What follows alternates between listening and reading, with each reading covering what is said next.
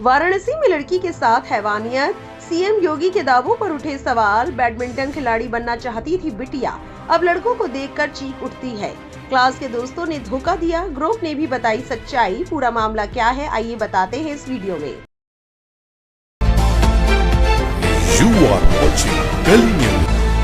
उत्तर प्रदेश के वाराणसी जिले से एक दिल दहला देने वाला मामला सामने आया है। इस मामले ने झकझोर कर रख दिया है। यहाँ 19 साल की लड़की के संग 7 दिनों तक 23 युवकों ने दुष्कर्म किया। युवती को नशा देकर अलग अलग जगहों पर ले जाकर हैवानियत की गई। अमर उजाला की एक रिपोर्ट के मुताबिक 29 मार्च को युवती अपने दोस्त के घर से लौट रही थी।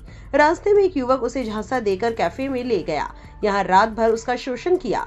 अगले दिन आरोपी युवक ने युवती को कई अन्य लोगों के हवाले कर दिया। दरअसल खजूरी इलाके की 19 वर्षीय युवती से सामूहिक दुष्कर्म समेत अन्य आरोपों में उसकी मां की तहरीर के आधार पर सोमवार की सुबह लालपुर पांडेपुर थाने में 12 नामजद और 11 अज्ञात के खिलाफ मुकदमा दर्ज किया गया। पुलिस ने देर रात तक 9 आरोपियों को गिरफ्तार किया। अब पुलिस आरोपियों के नाम तस्दीक करा रही है, साथ ही अन्य आरोपियों की तलाश में दबिश दे रही है। युवती की मां ने पुलिस को बताया कि उनकी बेटी गत 29 मार्च को घर से अपनी दोस्त के यहाँ गई थी।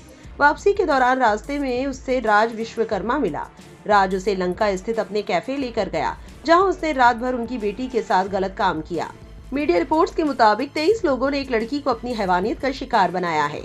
सोशल मीडिया पर इस खबर के बाद लोगों में भारी गुस्सा है। लोग लगातार सरकार के उन दावों पर सवाल उठा रहे हैं जिसमें कहा जा रहा था कि यूपी पूरी तरह से अपराध मुक्त प्रदेश बन गया है। वहीं इस पर एलन मस्क के एआई चैटबॉट ग्रुप ने भी मुख्यमंत्री के दावे की पड़ताल की है। आशीष सिंह नाम के एक शख्स ने सोशल मीडिया प्लेटफॉर्म एक्स पर लिखा, वाराणसी में 7 दिनों में 23 लोगों ने एक 19 साल की लड़की के साथ दुष्कर्म किया। 9 लोगों को गिरफ्तार किया गया है। ये बहुत शर्मनाक है। गोदी मीडिया इस खबर को कवर नहीं कर रहा है क्योंकि ये बीजेपी शासित राज्य की घटना है। वाराणसी से लोकसभा सांसद पीएम मोदी हैं। हारून खान नाम के एक शख्स ने लिखा, पीएम मोदी के निर्वाचन क्षेत्र वाराणसी में 23 पुरुषों ने एक लड़की के साथ 7 दिनों तक सामूहिक दुष्कर्म किया। 9 हिरासत में है, बाकी फरार है। शेष संदिग्धों की तलाश अभी भी जारी है। सोचिए कि अगर ये किसी गैर बीजेपी राज्य में हुआ होता तो मीडिया में कितना हंगामा मचता। समाजवादी पार्टी के आधिकारिक हैंडल से लिखा गया, पीएम मोदी के संसदीय क्षेत्र में भी सुरक्षित नहीं बेटियां। वाराणसी में 23 हैवानों ने 7 दिनों तक युवती से किया गैंगरेप। योगी राज में घट रही इन जघन्य वारदातों को मीडिया अपने प्राइम टाइम में कब दिखाएगा? दरिंदों के खिलाफ हो कठोरतम कार्रवाई, पीड़िता को मिले न्याय। आपको बता दें, इस घटना से जुड़ा एक सवाल जब एआई चैटबॉट ग्रुप से पूछा गया तो उसने हैरान कर देने वाला जवाब दिया है। एआई ग्रुप से जब पूछा गया, यूपी के मुख्यमंत्री योगी आदित्यनाथ का कहना है कि यूपी अपराध मुक्त प्रदेश है, इस दावे में कितनी सच्चाई है? इस पर ग्रुप ने तफसील से जवाब देते हुए कहा, योगी आदित्यनाथ का दावा कि उत्तर प्रदेश अपराध मुक्त प्रदेश बन गया है एक जटिल मुद्दा है जिसकी सच्चाई को समझने के लिए विभिन्न आंकड़ों, तथ्यों और परिस्थितियों का विश्लेषण करना जरूरी है। इस दावे की पड़ताल करने के लिए हमें उपलब्ध सरकारी आंकड़े, स्वतंत्र रिपोर्ट्स और जमीनी हकीकत पर विचार करना होगा। योगी सरकार के दावे और उपलब्धियां। योगी आदित्यनाथ ने बार बार कहा है कि उनकी सरकार ने अपराध और अपराधियों के खिलाफ जीरो टॉलरेंस नीति अपनाई है, जिसके परिणाम स्वरूप संगठित अपराध, माफिया राज और दंगे कम हुए हैं। सरकार के अनुसार 2017 से लेकर अब तक 200 से अधिक अपराधियों को पुलिस मुठभेड़ों में ढेर किया गया है। हजारों अपराधियों को जेल में डाला गया और उनकी अवैध संपत्तियों को जब्त किया गया। दंगों की संख्या में कमी आई है। योगी का दावा है कि उनके शासन में बड़े पैमाने पर सांप्रदायिक दंगे नहीं हुए। महिला अपराधों में दोषियों को सजा दिलाने की दर में सुधार हुआ है और यूपी इस मामले में देश में अग्रणी बताया जाता है। इन दावों का समर्थन कुछ आंकड़ों से भी किया जाता है। उदाहरण के लिए यूपी पुलिस के अनुसार डकैती, लूट, हत्या और अपहरण जैसे अपराधों में 2016 की तुलना में कमी दर्ज की गई है। साथ ही माफिया और गुंडागर्दी पर सख्त कार्रवाई से अपराधियों में डर पैदा हुआ है। नेशनल क्राइम रिकॉर्ड ब्यूरो के आंकड़े। हालांकि एनसीआरबी की रिपोर्ट्स योगी सरकार के अपराध मुक्त दावे से पूरी तरह मेल नहीं खाती।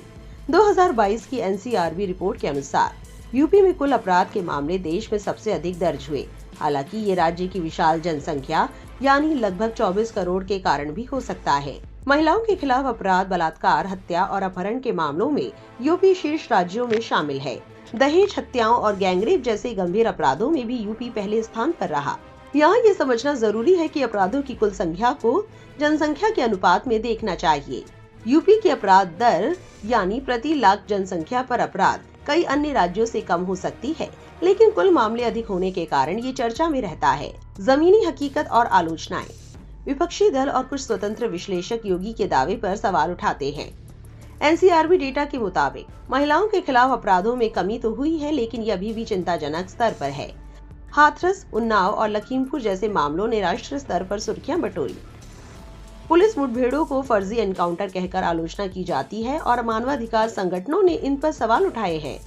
कई मामलों में पुलिस पर एफआईआर दर्ज करने में देरी या पक्षपात का आरोप लगता है, जिससे पीड़ितों को न्याय मिलने में बाधा आती है। निष्कर्ष: योगी आदित्यनाथ का यूपी अपराध मुक्त प्रदेश है का दावा आंशिक रूप से सही हो सकता है, खासकर संगठित अपराध, माफिया और दंगों के संदर्भ में, जहां उनकी सरकार ने सख्ती दिखाई है। हालांकि इसे पूर्ण रूप से सत्य नहीं कहा जा सकता, क्योंकि एनसीआरबी जैसे स्वतंत्र आंकड़े बताते हैं कि यूपी में अपराध अभी भी एक बड़ी समस्या है, खासकर महिलाओं और कमजोर वर्गों के खिलाफ। अपराध मुक्त एक आदर्श स्थिति का वर्णन करता है, जो वर्तमान में यूपी की जमीनी हकीकत से मेल नहीं खाता।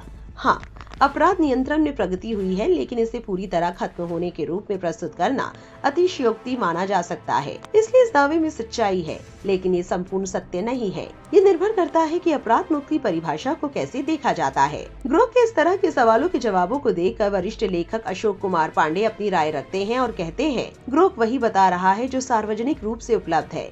हर झूठ का जवाब दिया है लोगों ने। इतिहास के 50 झूठ तो मैंने ही नंगे किए हैं, और ऐसे हजारों लोग हैं। सच तो सच ही होता है, कोई निष्पक्ष ढूंढेगा तो उसको मिल जाएगा। सवाल दूसरा है, कल किसी एआई को अलग तरीके से ट्रेन करके लाया जाए तो वो ऐसे ही बेधड़क झूठ भी बोलेगा, तो क्या करेंगे आप लोग? ज्ञान इंटरनेट से बाहर भी है, किताबों में भी है, उसे पढ़िए, खुद सच के सिपाही बनिए। अब दीपो भव। किसी मशीन के भरोसे ना रहिए, वो अपने बनाने वाले की गुलाम है। मैंने ग्रोव से ना कुछ पूछा ना पूछूंगा। सच तलाशने हर बार किताबों तक ही गया, वहीं जाऊंगा। आपकी इस पूरे मामले में क्या राय है, हमें कमेंट में लिखकर जरूर बताएं, और ऐसी और खबरों के लिए हमारे चैनल को सब्सक्राइब करना ना भूलें।